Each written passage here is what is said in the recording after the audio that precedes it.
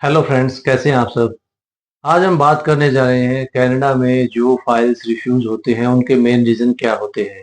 चाहे वो student visa है, विजिटर वीज़ा है, टूरिस्ट वीज़ा है, स्पाउस वीज़ा है, जिस भी कैटेगरी में कनाडा की फाइल अप्लाई करते हैं तो उसके रिफ्यूजल के सबसे मेन रीज़न क्या होते हैं। तो इस वीडियो में हम इन सब से रिलेटेड जुड़े हुए पॉइंट्स पे बात करेंगे। तो ये वीडियो आपके लिए बहुत ही इंपॉर्टेंट होने वाला है। इस वीडियो को आप सेव कर लें, हमारे नंबर को, कॉन्टैक्ट नंबर को सेव कर लें और हमारे चैनल को सब्सक्राइब कर लें। तो सबसे पहले हम बात करेंगे टूरिस्ट और विजिटर वीज़ा के बारे में। तो कनाडा में अगर हम टूरिस्ट और विजिटर वीजा की बात करें तो दो ही मेन रीजन होते हैं। सबसे मेन रीजन दो ही होते हैं जिनकी वजह से फाइल रिजेक्ट होती है या रिफ्यूज होती है। पर्पज ऑफ विजिट और फाइनेंशियल स्टेटमेंट, जो आपका फंडिंग पार्ट है। तो सबसे पहले हम बात करें जो पर्पज ऑफ विजिट है। पर्पज ऑफ विजिट हमारा क्या है? अगर हमारी ट्रैवल हिस्ट्री है या ट्रैवल हिस्ट्री नहीं है, अगर हमारे पास कोई इन्वाइटी वहाँ पे है, इन्वाइटी इन्विटेशन हमारा है, जो इन्विटेशन हमारा वहाँ से आ रहा है वो कितना स्ट्रॉन्ग है, हमारा पर्पज ऑफ विजिट क्या है, हमारा जेन्युइन रीजन ऑफ विजिट है कि नहीं है, हमारा प्रॉपर प्लान ऑफ विजिट क्या है।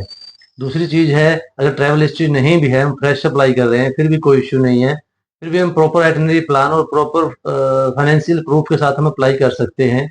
डिपेंड करता है कि हम फाइनेंशियल्स को कैसे जस्टिफिकेशन दे रहे हैं। जैसे अगर आप बिजनेस कर रहे हैं और आपके पास फर्म रजिस्टर है बट उसका करंट अकाउंट नहीं है, तो वो एक प्रॉब्लम वाली बात हो सकती है।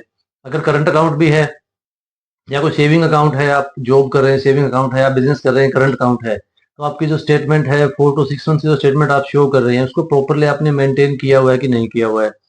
जो सोर्स ऑफ फंड है वो कितने रेगुलर हैं, कितने जेन्युइन हैं। सोर्स ऑफ फंड के बारे में जो है वीजा ऑफिसर बहुत ही गहराई से चेक कर सकते हैं, डॉक्यूमेंट्स को चेक कर सकते हैं कि जो फंडिंग पार्ट है आपका, जो आपकी इनकम है, आपका पैसा है कहाँ से आ रहा है, आपका जो सोर्स ऑफ इनकम है वो क्या है। तो कोशिश कीजिए कि अपना सोर्स ऑफ इनकम बिल्कुल जेन्युइन रखिए। इसके साथ साथ अपना जो आपका सीए नेटवर्क रिपोर्ट है उसको आप प्रॉपरली मेंटेन कीजिए, बट वो आपके एक एसेट में काउंट होंगे। जो आपकी फंडिंग पार्ट है, मेन जो आपका इनकम प्रूफ है, वो आपका बैंक स्टेटमेंट जो आपकी 6 मंथ्स की रहने वाली है वही में आपका मेन रोल अदा करेगी उसमें। दूसरी अगर हम बात करें स्टूडेंट वीजा की, तो स्टूडेंट वीजा में भी अगर हम बात करें रिफ्यूजल का रीजन क्या है, तो उसमें रिफ्यूजल का भी रीजन जो है उसमें मेन रीजन आता है कि आपकी 12th के बाद जो इंग्लिश टेस्ट की रिक्वायरमेंट है, अगर 6 ईच है तो फिर आप एलिजिबल हैं।